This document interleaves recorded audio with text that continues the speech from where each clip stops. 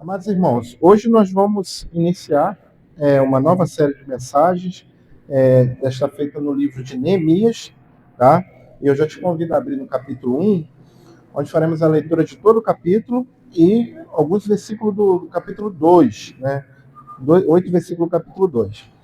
Nossa proposta nessa série é trabalhar sobre o tema maior: envolvidos em uma grande obra, tá? Ou, como eu reduzi aqui, reconstruindo com propósito. Nós vamos entender o que a mensagem de Neemias tem a ver com nós, com a nossa igreja, e vamos aplicá-la aos nossos corações no decorrer dos próximos meses, né? Eu sempre tenho como costume dar um intervalo em dezembro para trabalharmos a respeito da pessoa do Redentor.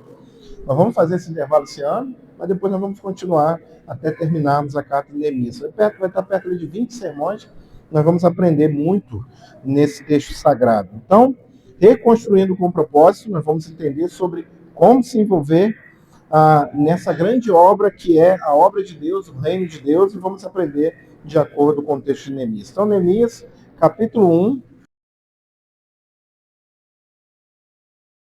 Neemias, capítulo 1, nós vamos ler do versículo 1 ao capítulo 2, versículo 8. Eu estarei lendo, peço aos irmãos que estejam acompanhando em suas Bíblias.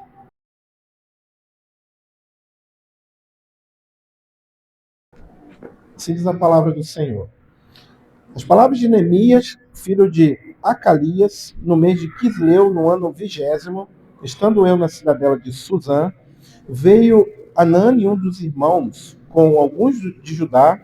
Então lhe perguntei pelos judeus que escaparam e que não foram levados para o exílio acerca de Jerusalém. Disseram-me: os restantes que não foram levados para o exílio e se acham lá na província estão em grande miséria e desprezo. Os muros de Jerusalém estão derribados e suas portas queimadas. Então eu, ouvindo essas palavras, assentei-me, chorei, lamentei por alguns dias, estive jejuando e orando perante o Deus dos céus. E disse: ah, Senhor, Deus dos céus, Deus grande e temível, que guarda a aliança e a misericórdia com aqueles que te amam e guardam os teus mandamentos. Estejam, pois, atentos os teus ouvidos e os teus olhos abertos para acudir à oração do teu servo, que hoje faço a tua presença, dia e noite, pelos filhos de Israel, teus servos. E faço confissão pelos pecados dos filhos de Israel, os quais temos cometido contra ti, pois eu e a casa de meu pai temos pecado. Temos procedido de tudo corruptamente contra ti. Não temos guardado os mandamentos, nem os estatutos, nem os juízos que ordenaste a Moisés, teu servo. Lembra-te da palavra que ordenaste a Moisés, teu servo, dizendo: se transgredirdes, eu vos espalharei por entre os povos. Mas, se vos converterdes a mim e guardardes os meus mandamentos, cumprireis. Os cumprides? Então, ainda que os vossos rejeitados estejam pelas extremidades do céu, de lá os ajuntarei e trarei para o lugar que tenho escolhido para ali fazer habitar o meu nome. Estes ainda são teus servos e o teu povo, que resgataste com o teu grande poder e com a tua mão poderosa. Ah, Senhor, esteja, pois, atento os teus ouvidos à oração do teu servo e dos teus servos, que se agradam de temer o teu nome. Concede que seja bem-sucedido hoje o teu servo e dá-lhe mercê perante este homem. Neste tempo eu era copeiro do rei. No mês de Nisan, no ano 20º do rei Artaxerxes, e uma vez posto o vinho diante dele, eu o tomei para oferecer e ludei. Ora, eu nunca antes estivera triste diante dele. O rei me disse: por que está triste o teu rosto? Se não está doente, tem de ser tristeza do coração. Então temi sobremaneira. E lhe respondi: viva o rei para sempre. Como me estaria triste o rosto se a cidade como não me estaria triste o rosto se a cidade onde estão os sepulcros dos meus pais está assolada, tendo as portas consumidas pelo fogo? Disse meu rei: que me pedes agora? Então orei ao Deus dos céus. E disse ao rei: se é do agrado do rei, e se o teu servo acha mercê em tua presença, peço-te que me envie ajudar a cidade do sepulcro de meus pais, para que eu reedifique.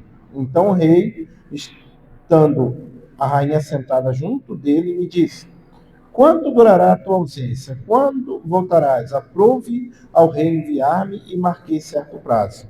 Ainda disse ao rei: se o rei parece bem, desse-me carta para os governadores da além do Eufrate, para que me permita passar e entrar em Judá.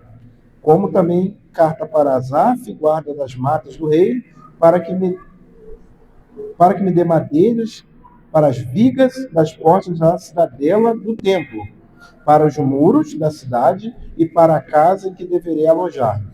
E o rei mas deu, porque a boa mão do meu Deus estava comigo. Não é problema meu. Essa foi a fala da vaca, quando a galinha chegou para ela e falou que encontrou uma cobra na fazenda. Você sabe que eu estou falando de uma fábula, né? Vaca não fala, por favor. Mas a história conta, essa fábula, né? Essa história que os animais têm elementos humanos, né? A história conta que a galinha estava muito preocupada porque viu uma cobra andando na fazenda. E a vaca olhou para ela e falou assim: você já viu meu casco? Se a cobra mordeu o meu casco, vai quebrar o dente dela.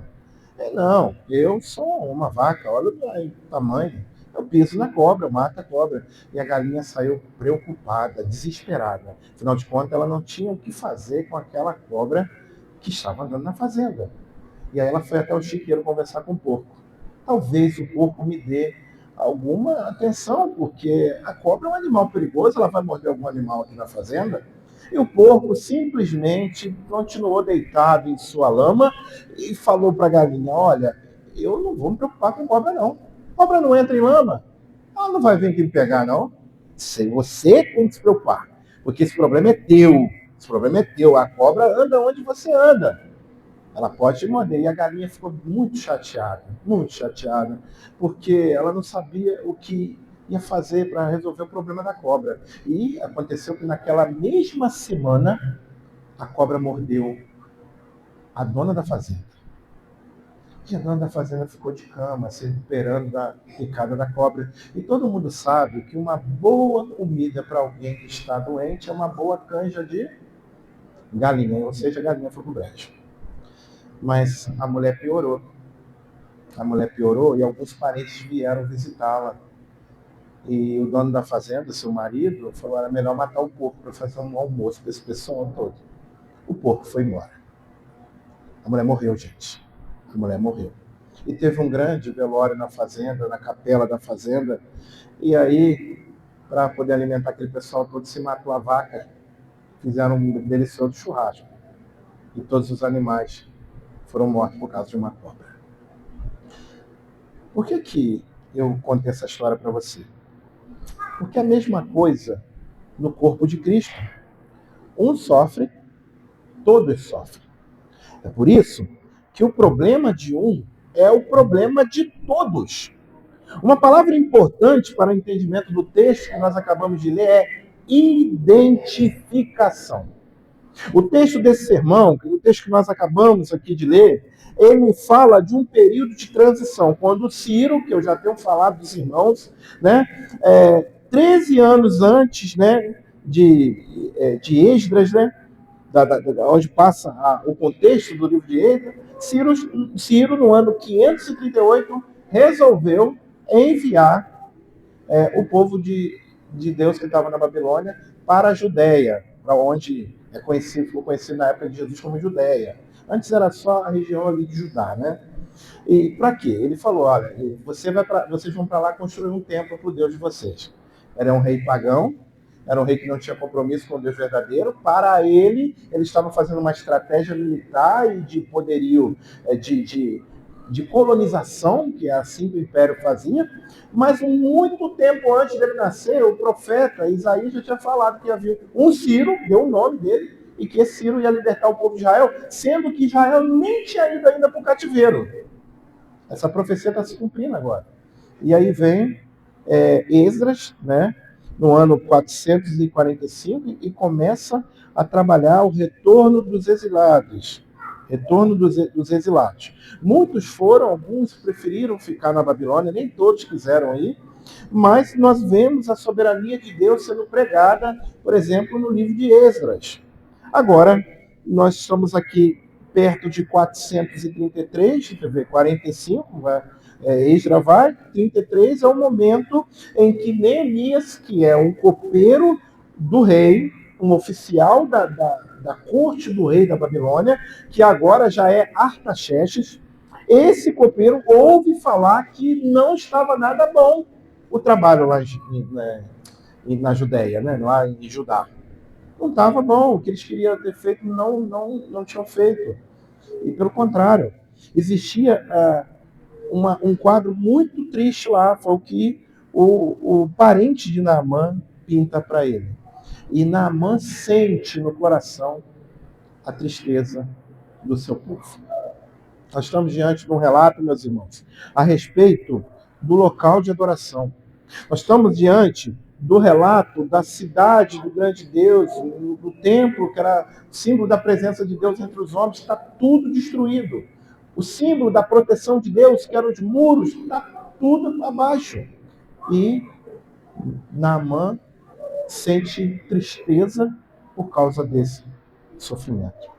O trabalho não estava acontecendo e pessoas estavam sofrendo. E eu já tenho falado essa frase aqui, que eu vou repetir para vocês. Os irmãos são meu testemunho que eu sempre cito. Onde tem pessoas sofrendo, Deus não está sendo glorificado. E onde Deus não está sendo glorificado, tem pessoas sofrendo. Não pense quando você olha pessoas assim vivendo no pecado e fala, não, eles estão curtindo a vida. Não estão, não, eles estão sofrendo. Quando eles estão sozinhos, sem o efeito de droga, de bebida, da companhia, da comida, é um abismo, uma tristeza terrível que essas pessoas entram. Por quê? Porque Deus não está sendo glorificado na vida deles. Onde Deus não está sendo glorificado, tem pessoas sofrendo. E a pergunta é, diante desse quadro, de encontrar pessoas sofrendo, mesmo longe de um contexto que muitas vezes você olha e fala, não é problema meu, não é para eu resolver. O que você faria numa situação dessa? Neemias creu que Deus era poderoso para transformar aquela situação. Por isso que o tema deste sermão que nós vamos pregar nessa noite é confie na restauração divina. Diante de nós, meus irmãos, está um texto que nos chama a ter confiança no poder de Deus e na restauração divina. E nós vamos entender aqui de que eu estou falando, de que áreas que eu estou falando, de situação, circunstância eu estou falando. De início, então, podemos ouvir o seguinte conselho extraído do texto que nós acabamos de ler. Primeiro conselho, confie na restauração divina diante de tristes notícias. Eu quero expor o versículo 1 ao 3 e explicar para os irmãos o que está acontecendo aqui. O texto começa com uma localização tanto geográfica quanto do calendário, né, da data. Né? Ele estava no mês de Quisleu, no ano 20º, na cidadela de Suzã. A cidadela de Suzã era uma espécie de palácio de inverno do rei, né? E ele gostava de ir para lá passar algumas temporadas e levava a sua comitiva para lá. E Neemias é apresentado como filho de Acalias. Isso nos dá a seguinte certeza de que Neemias nasceu no exílio. Neemias não foi alguém que veio de Jerusalém escravizado, não, ele nasceu lá e se tornou alguém importante na corte de Artaxerxes. Tá? Ele estando lá, na cidadela de Suzã, ele recebeu a visita de Anani, como diz o versículo 2, um dos seus irmãos. Quando fala aqui irmãos, possivelmente é alguém do povo de Judá ali, né? O povo de Deus. Não necessariamente o filho do pai e da mãe, mas era alguém do seu povo. E essa pessoa do seu povo, a essa pessoa é perguntada a respeito do que está acontecendo em Jerusalém. Possivelmente, meus irmãos, Neemias estava querendo ouvir uma boa notícia. Quando saiu a comitiva para ir lá encontrar, saiu com Esdras, né? Foi uma comitiva bonita, e já com toda a organização para poder fazer um bom trabalho, e de repente ele ouve o seguinte relato.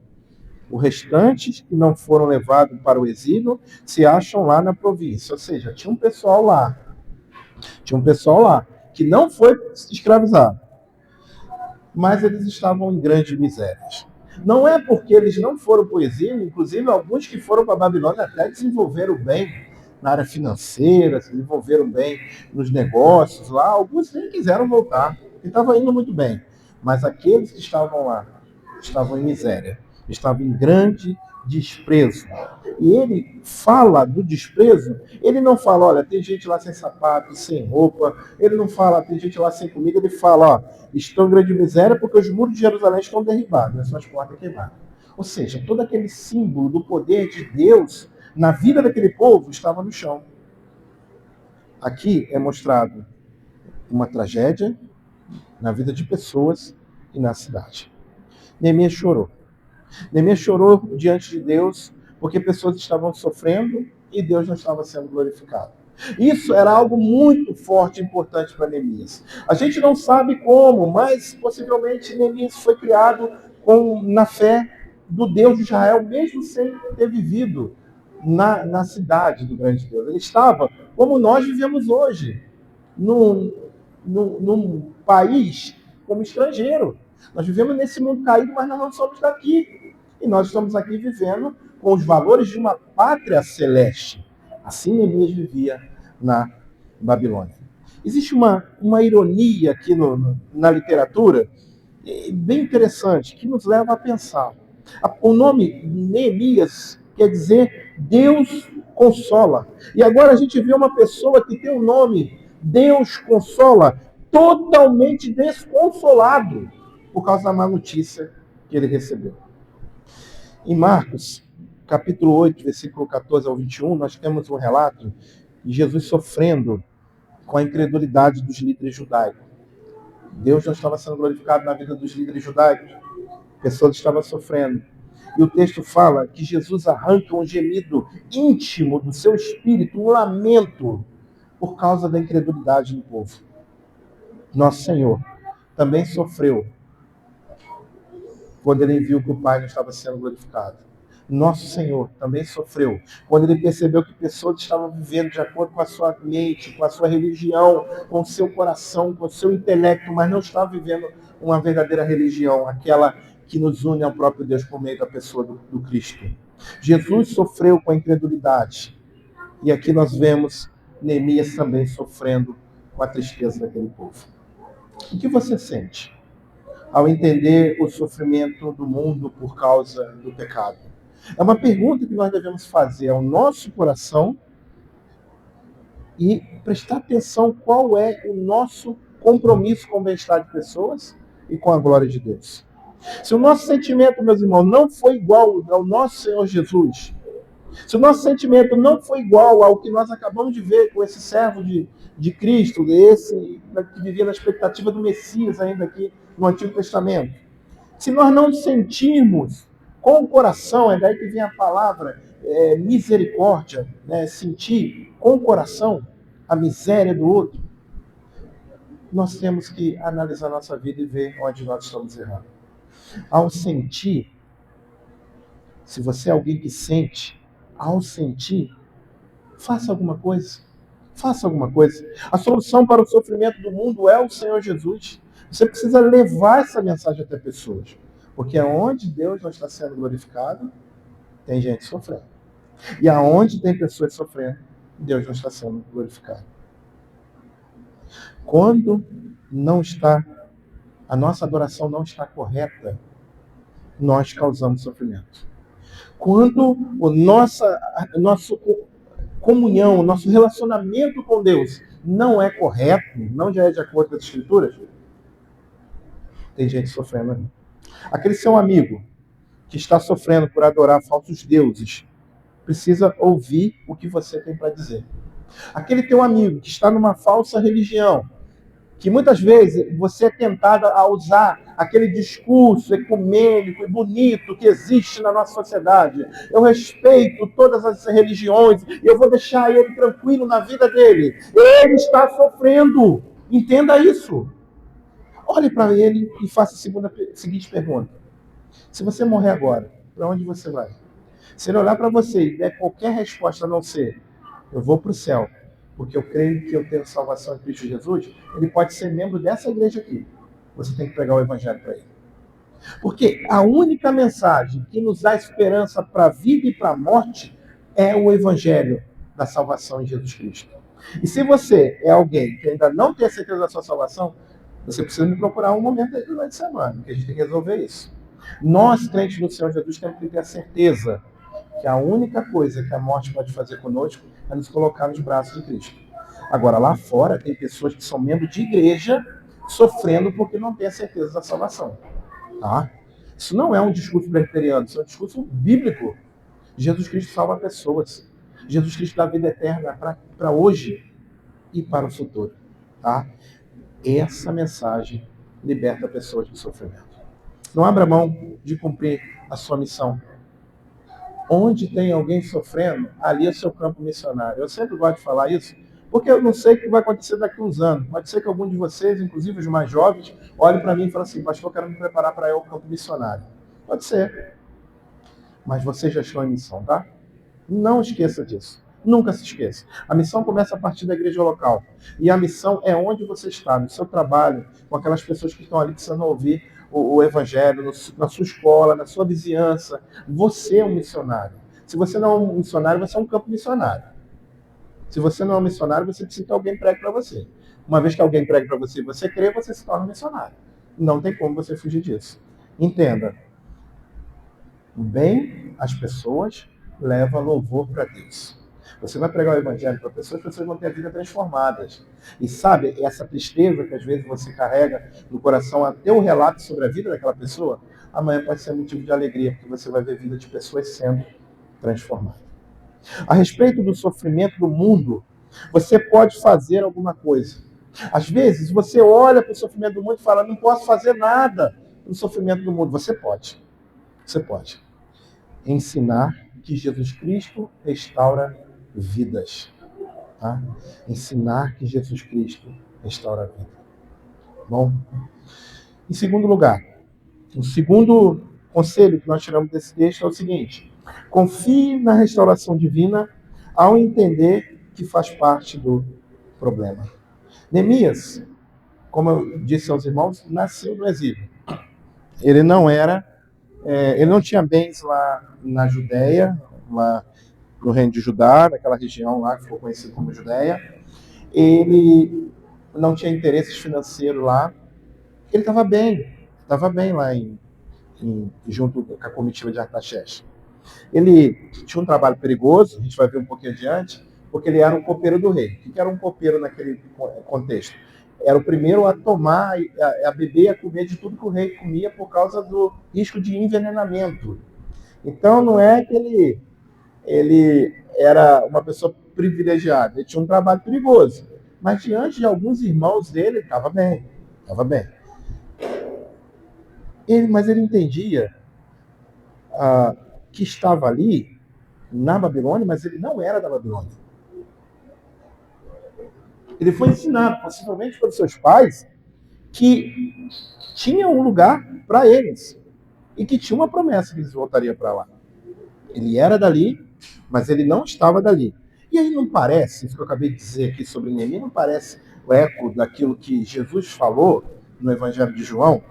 Se vós fosse do mundo, o mundo amaria o que era seu. Como, todavia, não sois do mundo, pelo contrário dele vos escolhi, por isso o mundo vos odeia. Ele sabia que mesmo ele estando em situação confortável, ele não era da Babilônia. E ele sabia que quem poderia amar ele eram os irmãos dele, não as pessoas da Babilônia. A realidade de um filho de Deus, por exemplo, nesse mundo, é a mesma realidade de Neemias. Você vive no mundo, mas você não é do mundo. Você é de um outro país. Não estou dizendo que você é extraterrestre, não, pelo amor de Deus. Uma vez a gente falou que não era do mundo, a pessoa achou que a gente era assombração. Não, não é isso. Você vive nesse mundo como um exilado numa terra estranha. Conversa com pessoas que estão morando fora do país. Primeira coisa que a pessoa fala, meu irmão ficou 15 dias na França. Primeira coisa que ele fez quando chegou no Brasil foi comer arroz com feijão. Arroz com feijão. Ele sentou numa pensão lá em Japeri, né? Ele contratou um amigo para buscar ele no aeroporto, o amigo veio por Japeri, ele viu uma pensão, ele entrou, e aí o camarada falou assim, estou passando um bife, uma batata frita. Ele falou, não, mas vai botando arroz com feijão, que eu quero comer. E foi comendo. Ele falou para mim, João, é difícil sair para fora assim, eu não quero não, porque a gente sente falta de arroz com feijão. De arroz com feijão. Quem vive fora sente falta do Brasil. A gente sai daqui falando mal do país, né? Tem gente que, vou deixar o Brasil para fora, para trás, é tantas taxas que esse governo, corrupção, mas vá lá para fora, vai sentir falta. Vai sentir falta. Assim é a realidade do Filho de Deus. A gente vive nesse mundo, mas a gente anseia pelo mundo vindouro, por novos céus, nova terra, onde habita a justiça. Neemias entende que faz parte do povo que estava em sofrimento. Ele não nasceu lá. Ele não viu o templo na sua grandeza. Ele não viu o reinado de Davi. Ele não viu. Mas ele sabia que ele fazia parte daquele povo que estava em sofrimento. Mesmo não estando entre os que pecaram, e vocês perceberam na leitura aqui, a partir do versículo número 4, ele faz uma confissão de pecado, pedindo perdão por um pecado que ele não cometeu. Mas ele entende que ele faz parte daquele povo. Como judeu, ele pecou contra Deus. Como representante ou como parte do povo, existe uma coisa chamada solidariedade da raça humana. Todos pecaram e carecem da graça de Deus. Não tem como a gente fugir do pecado que atingiu a raça humana. Falavam aqui pela manhã, né, que eu não estava no Éden com Adão, mas durante a semana eu fiquei doente. Por causa do pecado, que essa doença entrou no mundo, né? Por causa do pecado de Adão. E eu fui atingido pelo pecado de Adão. Por quê? Porque Adão era representante federal da raça humana. E aí, todos que nasceram depois dele nasceram em pecado. Graças a Deus pelo perdão em Cristo Jesus, que nos liberta da culpa do pecado. Neemias, então, se dirige a Deus e confessa os pecados em favor do povo, como um mediador. Aqui ele toma essa figura, essa tipologia, ele coloca na brecha. Se coloca entre os seres humanos e Deus. É o que Jesus faz por nós. E aqui ele toma um tipo de Cristo aqui, na antiga aliança. Né? Ele aponta para a pessoa do Redentor com o seu ato. Ele pede perdão pelo sofrimento, pelo pecado que o povo cometeu. E como um ser humano, ele confessa os seus pecados, não se colocando como um santo, pois só Jesus pode fazer isso, mas ele se coloca como um pecador, dizendo, pecamos diante do Senhor, mas temos uma promessa, que se nós nos arrependêssemos, o Senhor nos traria, mesmo se nós estivéssemos lá nos confins da terra. Ele relembra a aliança, ele recorre à aliança. Ele pode ter lembrado de palavras como, se meu povo, que se chama pelo meu nome, se humilhar e orar, e me buscar, e se converter dos seus maus caminhos, então ouvirei dos céus, perdoarei os seus pecados e sararei a tua terra. Neemias pode ter lembrado de palavras como essa. Neemias confia que o Deus da aliança tem o poder de restaurar o seu povo. Por isso que ele confessa o pecado. Por isso que ele se coloca como parte do problema. Mas confia que em Deus tem a solução. O nome disso, meus irmãos, é compaixão. Compaixão. O compaixão é um compadecer do outro por dentro. Lembra da misericórdia? A misericórdia tem uma ideia na palavra ali, tem a palavra coração dentro. Né? Então, uma ideia de sentir com o coração. Compaixão é sentir por dentro. É bem análoga à palavra misericórdia. É se colocar no lugar do outro. É assumir que é parte do problema. O contrário disso se reflete na falta de comprometimento com o outro. Isso nunca vai mudar. É a frase que se repete quando queremos fugir de responsabilidade. Quando você olha as coisas assim e fala, não, isso sempre foi assim. 30, 40 anos é desse jeito, eu não vou gastar minha mente, o meu coração, o meu dinheiro, o meu tempo, o meu intelecto com isso, mas isso nunca vai mudar. Isso é frase de quem quer fugir do compromisso. Como é que você sabe que nunca vai mudar? Pode ser que nesse momento Deus derrame a sua graça e mude. E mude. Nós precisamos entender uma coisa. Quando Cristo se manifesta, tudo muda. Tudo muda. Até você muda. Até o seu coração duro muda. Até você que não quer se envolver muda. Aí a minha oração é para que Deus se manifeste na sua vida. Para que Deus derrame graça sobre o seu coração. Porque aí a sua disposição muda. Muda. Às vezes você pode pensar assim, por que, que o pastor não é mais duro? Por que, que o pastor não é mais enfático? Por que o pastor fica andando atrás das pessoas semana após semana, cobrando as pessoas para vir durante a semana nos trabalhos? Não, eu não tenho que fazer isso não, gente. Eu não sou dono de vocês, lembre-se disso, eu sou um sub, pastor. Eu sou empregado do dono da fazenda. Eu falo com o dono de vocês, com ele eu converso. Eu falo, Senhor, tá bravo, precisava que a pessoa se envolvesse mais. Derrama graça no coração deles. Eu tenho visto Deus fazendo isso no coração de muita gente aqui. Agora, você, que muitas vezes está envolvido, você pode ter um outro estresse. Você pode estar fazendo a mesma pergunta que eu faço da seguinte forma: por que, que eles não se envolvem? Por que, que eles por que, que eles não vão junto comigo? Ore, meu irmão. Ore para que Deus derrame graça no coração dessas pessoas, porque se Deus derramar graça, tudo muda. Tudo muda. A gente vai ter problema e pessoas aqui se envolvendo, né? A gente vai ter que resolver outros problemas que a gente está no mundo caído. Sempre vai ter problema, tá? Enquanto Jesus não voltar. Mas esses serão outros problemas. Quando Cristo se manifesta, tudo muda. Neemias entendeu que o Deus da aliança tinha poder para mudar aquela situação de sofrimento. Ele já não saiu catando material de construção e indo para Jerusalém, não. Ele orou. Ele primeiro entendeu que o problema era com ele. Você fala, mas pastor, Neemias não estava lá. Por que ele orou? Não, ele assumiu o problema. Responsabilidade. Sabe? Identificação do sofrimento do outro. E aí ele orou a Deus. Cristo é o mediador da nova aliança. Que é a mesma aliança que Neemias lembrou aqui. Você sabe disso, né? Daqui a pouco, mais uma vez, eu vou levantar o cálice da ceia do Senhor e eu vou falar para os irmãos que esse é o sangue da nova aliança. Lembro sempre a vocês que nova não é inédita, é uma aliança renovada. Então a aliança que Neemias está rogando aqui, invocando aqui, é a mesma aliança que Deus fez com Moisés no Sinai, por exemplo. E que Jesus Cristo renova na sua pessoa quando ele estabelece a Santa Ceia. Tá? Então, essa aliança é com Cristo. Agora não é mais Neemias que está intercedendo pelo povo. É Deus, o único mediador. É Jesus, o único mediador entre Deus e os homens. Cristo somente exige fé, arrependimento. O resto é por ele, é dele. É dele. Ele tem poder para restaurar tudo. Agora, você pode olhar alguma situação na igreja e falar assim, pastor, o culpado foi eu. Ou na igreja, ou na sua vida, ou na sua família, ou algum problema que você está enfrentando no trabalho, na sua vizinhança. E você fala, pastor, eu arrumei esse problema. Pode ser que você chegue a tamanha sinceridade que nesse momento você está falando assim, o pastor não falou, só falou que o menino entrou lá no problema que era dele, mas esse problema foi o que eu arrumei. Tem uma palavra para você também. Se arrependa e confesse. Cristo tem o poder de restaurar esse problema também. Cristo vai restaurar.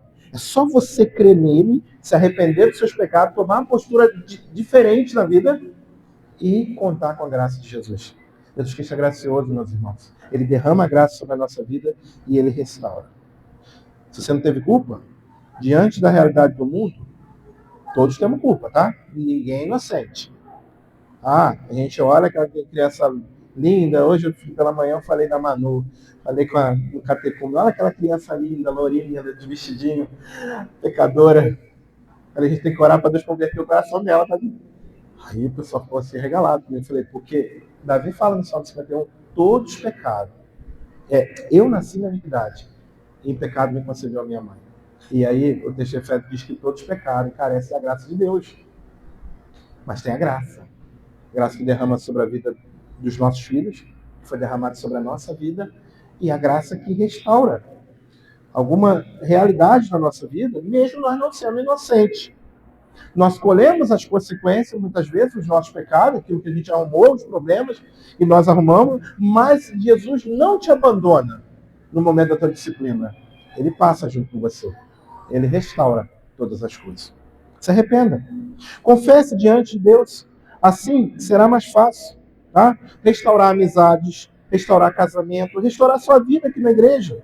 Jesus restaura o que o pecado tem destruído. Ele tem poder de restaurar tudo. Se a graça de Jesus for derramada, tudo pode acontecer. Você tem um Deus que ouve a sua oração. Não perca tempo. Se arrependa. Sai daqui hoje da igreja com compromisso, Senhor. O mesmo problema aqui, às vezes, com a minha impulsividade, um pecado que ainda é tema de estar na minha natureza, com palavras de Martinho Lutero, eu achei que eu ia matar o velho homem nas águas do batismo, mas o miserável sabe nadar. É assim que acontece conosco.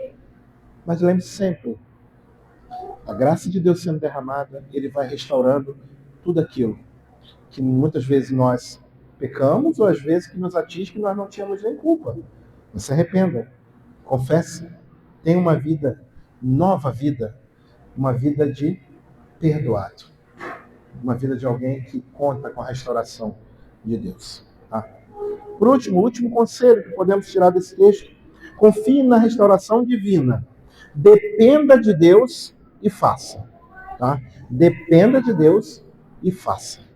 O versículo 1, agora nós entramos no capítulo 2. Lembra que nós lemos alguns trechos, alguns versículos do capítulo 2? Versículo 1 do capítulo 2 nos mostra aqui que correu um tempo. Correu um tempo. E o que o Neemias ficou fazendo naquele tempo? Orou.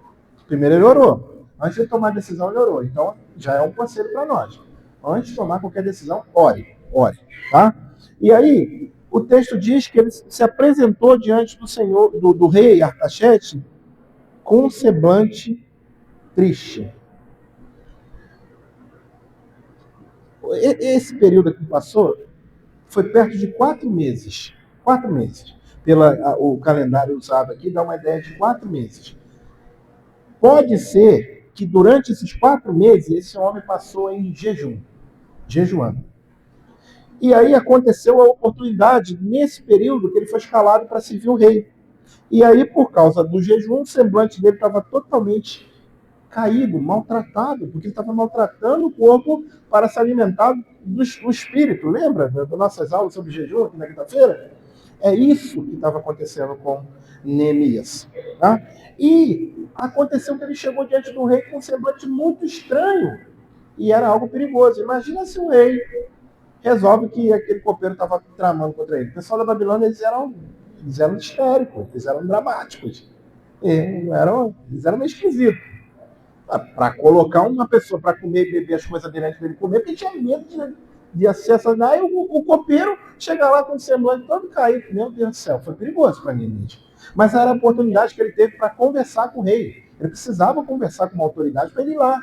Ele precisava agir. Ele passou 4 meses orando, mas agora era o momento de agir. E a oportunidade apareceu e ele foi, com o cara todo abarrotado. Um autor chamado George Williams, ele observa o seguinte: para os monarcas orientais, que vivia diariamente sob o temor de envenenamento, qualquer aparência de perturbação no copeiro seria considerado algo muito suspeito. Muito suspeito.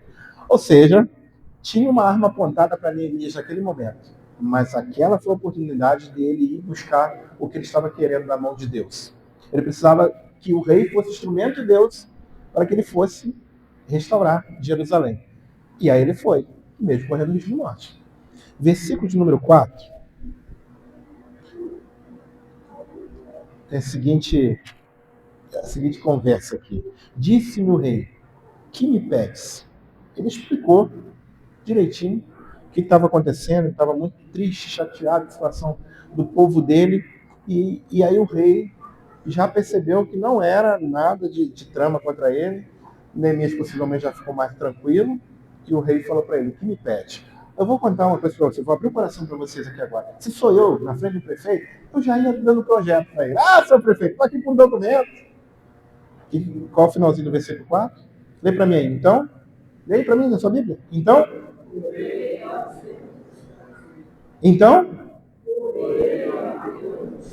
sabe o que está acontecendo aqui, meus irmãos? Antes de falar com o rei da terra, Neemias falou com o rei da glória. Antes de falar com a autoridade da Babilônia, ele falou com a suprema autoridade do universo. Isso é uma bela demonstração de dependência de Deus. Quando você ora, você senta no volante do seu carro e você ora pedindo direção a Deus, você está mostrando que seu coração, que você não confia que você é um bom motorista ou na mecânica do seu carro, mas que você confia que Deus está te guardando. Quando você senta à sua mesa e agradece pelo alimento, você está dizendo para o seu coração, porque Deus sabe de tudo, né, gente? Você está falando para o teu coração.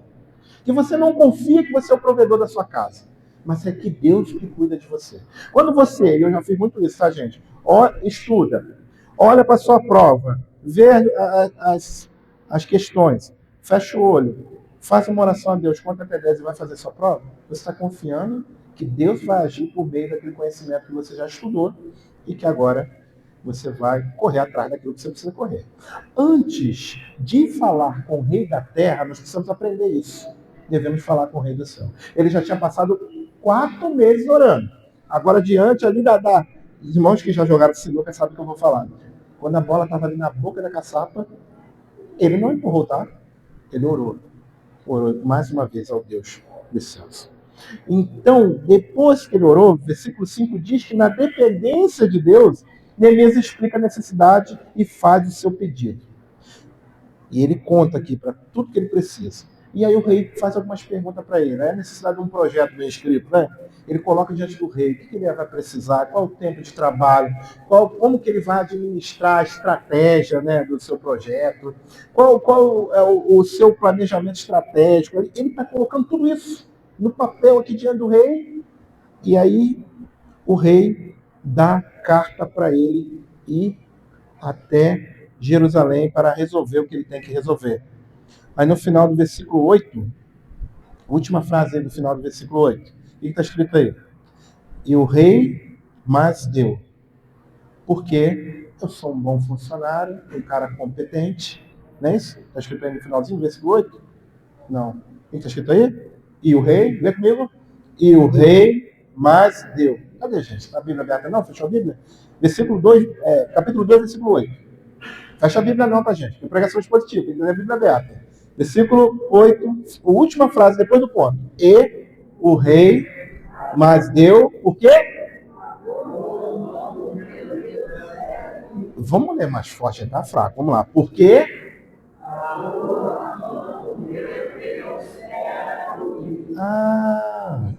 então ele aqui está mostrando que ser proativo não é abrir mão da dependência de Deus. E que a contar com a dependência de Deus não é cruzar os braços. É isso que ele está mostrando para nós aqui. Neemias se mostrou proativo, ele fez alguma coisa, mas ele foi dependente de Deus. Lembre-se sempre disso, meus irmãos. Na realidade humana, às vezes a gente quer separar uma coisa da outra, mas Deus é soberano e nós somos responsáveis. Não tem como dividir isso. Nós temos que fazer contando com a dependência dele. Eu já contei para vocês aqui sobre um filme que eu gosto muito. É Desafiando o Gigante. Recentemente eu peguei lá, é muito antigo esse filme, né? Mas eu não consegui achar e vi eu e a Annalise. Chorei de novo, mas claro que eu disfarcei, vou chorar na frente da minha filha, né? Para depois ela ficar rindo de mim. Mas é um filme maravilhoso. Veja, Desafiando o Gigante. E uma das partes que mais me tocou do filme foi quando o capelão da escola, onde tinha o time de futebol americano, ele todos os dias ia orar no armário dos estudantes. E aí o técnico estava numa vida muito complicada com o time, 6 anos sem vencer, uma situação complicadíssima, pessoas querendo substituir, problema na família, queria ter filho, ele não tinha, ele não conseguia a esposa engravidar, o carro quebrado, apareceu um fedor dentro da casa dele que ele não achava onde era o problema, e no trabalho ele estava quase sendo demitido. Ele começou a ler as escrituras, e aí quando ele viu o pastor orando no armário, ele chamou o pastor para conversar.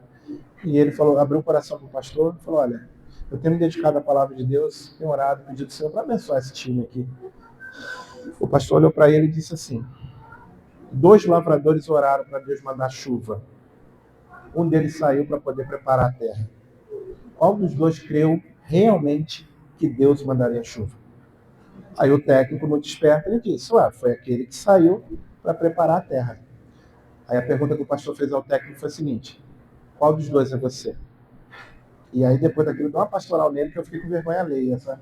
Falou, não adianta você ficar lendo Bíblia, orando e não fazer nada com esse time. Eles estão esperando em você, ele como técnico de futebol, estão esperando que você seja o canal de transformação na vida deles. Qual dos 2 é você? É a pergunta que eu te faço nessa noite. Quem crê, depende de Deus e faz. Quem crê, Tenha plena convicção, se Deus não se manifestar, não acontece nada. Mas vai lá e faz alguma coisa. Mesmo que não aconteça nada. Vai lá. Por quê? Porque existe uma grande possibilidade de acontecer alguma coisa e Deus ser glorificado. Diante da maldade de ímpios, Davi nos ensina no Salmo 37, versículo 3. Confia no Senhor e faz o bem. Habita na terra, se alimenta-te da verdade. Agrada-te do Senhor e Ele satisfará os desejos do seu coração. Entrega o teu caminho ao Senhor. Confia nele e o mais Ele fará. Soberania e responsabilidade. Dependência e trabalho. É isso que nós aprendemos nesse último trecho. Qual tem sido o seu comprometimento diante das necessidades? Tá?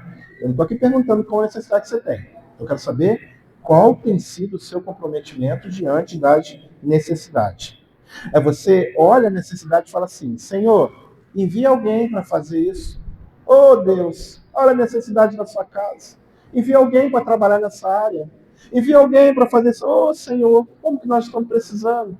Ou você olha igual a Isaías, que vê a necessidade do seu tempo, vê Deus falando que o povo ia ser maltratado por causa do pecado, e ele levanta o dedo e fala assim com o Senhor, eis-me aqui, envia-me ali. Eis-me aqui, me envie. Ao olhar os desafios que temos, por exemplo, na nossa igreja, qual tem sido a sua oração? Qual tem sido? Tem sido aquela oração sincera, como o salmista faz, sonda-me, Senhor, que me conhece, olha o meu coração, vê se há em mim algum caminho mau, guia-me pelas veredas eternas. Ou você tem orado assim, Deus, eu estou aqui para ver o que vai dar. O que acontecer, diante do que acontecer, eu vou ver o que eu vou fazer. Não, meus irmãos, nós precisamos orar e arregaçar as mangas. Às vezes, aquilo que você sente falta na igreja é um ministério para você fazer. E Deus quer usar a sua vida para a glória do nome dele, para o bem-estar de outras pessoas. Já parou para pensar nisso? Quem não se envolve, não se desenvolve. Já dizia o reverendo Luiz André quando era moço lá na congregação de Vassouras. Eu lembro disso desde muito jovem. Quem não se envolve, não se desenvolve. Tá? Se envolve. Se envolve. Às vezes o Senhor, Deus quer usar você. Ore, por exemplo, na tua família. Você tem orado por conversões? Você tem orado para Deus mudar mentes, corações? Ore. Você tem orado quantos meses? Ou você ora hoje, amanhã você já desiste. Ou você ora hoje, amanhã você é maltratado pelo seu parente, você já desiste de orar. Não, ore. O rapaz orou aqui 4 meses, o tal do Neemias aqui. E depois, quando chegou na resolução do problema, ele orou de novo. Ore. Não deixe de orar, não. Só que você tem que orar, e família é assim. Dá uma dica para você. Você tem que orar e ser o melhor irmão que você pode ser na face dessa terra. Você tem que orar, e você, irmã que tem marido não crente, você tem que ser a melhor esposa que você tem na face dessa terra. E pense, melhor esposa segundo o coração de Deus. Não é segundo as inclinações do pecado do seu marido, não, tá, irmã? Tá? Seja uma cristã, mostre para ele que Jesus é o primeiro lugar na sua vida, porque isso vai fazer diferença. Mesma coisa os irmãos que têm esposas que não são crentes. Tem que ser o melhor marido, mas conforme Jesus colocou. Porque de acordo com a nossa cabeça tem um monte de modelo de marido aí. Conforme Jesus colocou.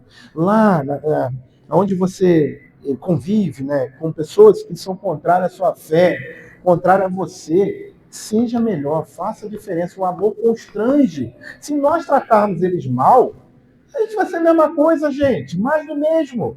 Ou como dizia minha avó, Maria José Granadeiro, farinha do mesmo saco. Farinha do mesmo saco. Deus chamou você para estabelecer diferença. Você não é do mundo, lembra sempre dessa frase? Você não é deste mundo. Seja diferente, porque aí você vai estar abrindo portas para pregar o evangelho.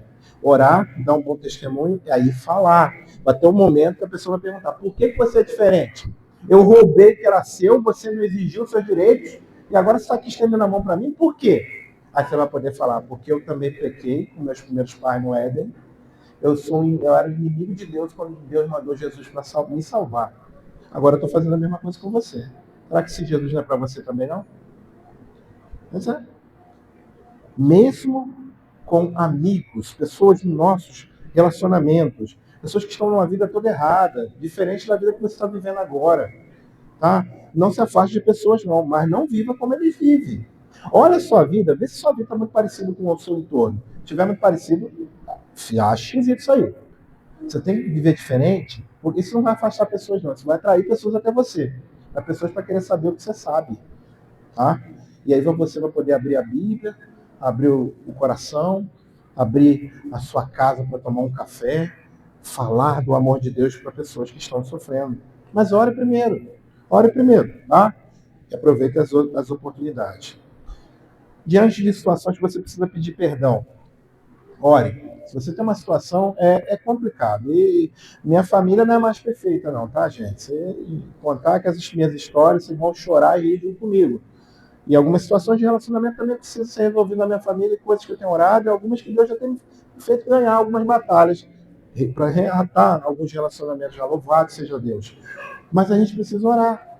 Precisa orar. Vou contar para vocês aqui uma situação que aconteceu uma vez de um cunhado, já não está mais na família, separado da minha cunhada já há muitos anos, mas ele agrediu a Juliane verbalmente. E aí, gente, eu que sou de uma família portuguesa, vocês já perceberam que eu de preto fiquei azul, né? De raiva, camarada. A minha vontade, vou contar para vocês sinceramente, é de chegar na casa dele, mas abrir a mão, dar uma raquetada na orelha dele. Mas a pergunta é, Jesus faria isso? Mas eu olhava para Jesus e falava, mas Jesus, eu não sou o Senhor. Eu estou com raiva. Eu quero resolver com as minhas forças. Não, foi uma agressão terrível. Terrível. Como é que faz isso com as coisas dos outros? Eu tinha que tomar uma decisão, porque afinal de contas eu era o marido. Como é que eu ia fazer? Lembre-se que Jeremias fala que a nossa justiça é como trapo de imundícia? A gente pesa a mão. E aí eu fui orar. Fui orar. Meu coração estava muito irado. Eu estava muito irado. Mexe com minha família, vocês vão ver o bravo. Eu saio do sério. E aí eu orei. Falei assim, não posso chegar na casa do camarada lá assim. Senão vai dar briga. Aí vai eu e ele dar mau testemunho. Fiquei 4 dias orando. Ele foi 4 meses, eu fui 4 dias só. Quando eu me senti preparado, eu liguei para ele e falei assim, aqui, pede a sua esposa para fazer um café que eu estou indo na tua casa. Ele achou aquilo estranho. Eu cheguei lá e deixei ele falar. Deixei ele falar. Eu com a voz mais baixa, e aí imitando meu pai tem essa postura, graças a Deus. E meu pai é o camarada mais calmo no mundo. Imitando meu pai, eu falei mais baixo que ele. Falei, você não poderia ter feito isso. Eu sou chefe da família, você deveria ter vindo falar comigo. Ele me pediu perdão. Naquele momento. Ele me pediu perdão. Eu falei para ele, eu não estou aqui para te humilhar, não, mas para te dizer que você fez errado. Eu, como seu irmão, ele crente, foi para a igreja. Eu, como irmão de Jesus, eu tenho que falar contigo. Aquilo que Jesus fala em Mateus 18 aconteceu na minha vida, gente. Ganhei um irmão. Ganhei. E nós tomamos café aquele dia. Depois ele separou, aí não fala com ninguém mais da família. Mas eu tive que tomar uma decisão ali como marido. E, gente, a gente não pode seguir o nosso coração, porque o nosso coração é enganoso. Nós somos pecadores, gente. Mas nós precisamos tomar uma decisão. Em primeiro lugar, precisamos orar. E a primeira coisa que a gente tem que pedir oração é, Senhor, quebra meu coração. A ideia de quebrantamento, ore pensando que quebrantamento é isso. Dissolve o meu ser, o meu João, o meu querer sobressair. E me ajude a ser humilde igual ao seu filho Jesus, que ganhou entregando a sua própria vida naquela cruz. Ele matou a morte na morte dele. Ele venceu o inferno morrendo. O pessoal da época queria que ele pegasse arma. Ele venceu como um cordeiro mudo e não matador. Nós precisamos imitar Jesus, meus irmãos. Mas lembra o que Jesus fez? Antes de se entregar à cruz, ele foi ao Jardim das Oliveiras, de Getsemane, e ele orou de forma ali tão dramática e estressante que o seu suor se transformou em gota de sangue. E na sua oração ele dizia, Pai, eu não sou um suicida, não estou me entregando para morrer por qualquer coisa. E se possível, passa de mim esse cálice. Ele não queria morrer, ele não estava entregando a vida dele por prazer. Mas no final ele disse, contudo seja feita a tua vontade, não a minha. Nós precisamos orar para que Deus faça a sua vontade na nossa vida. Ir lá e cumprir a vontade de Deus. Ore. Antes de tomar alguma decisão, ore. Aproveite as oportunidades. Deus vai dar as oportunidades, mas ore. Peça perdão e perdoe, porque algumas pessoas vão te procurar, mas ore. Ore. Antes de tudo, antes de falar com as autoridades da terra, fale com o Rei da Glória. Converse com o Rei dos Céus. Neemias confiou em Deus e fez. Confie em Deus e faça a sua parte, entregue na mão dele. Tá bom, meus irmãos? Diante de notícias tristes, diante de entendimento do problema, confie em Deus. Confie em Deus. Dependa dele totalmente para presenciar a restauração da sua família, da sua igreja, de relacionamentos que estão destruídos, do seu coração que está magoado com alguma coisa. Confie em Deus. Confie. Confie que Ele tem poder para restaurar tudo aquilo que está quebrado. Essa era a confiança de Neemias, quando ele pegou aquele materialzinho e foi para Jerusalém. Que o Senhor nos ajude a caminhar de acordo com a sua vontade, de acordo com o seu santo querer, na dependência da sua soberania. Amém.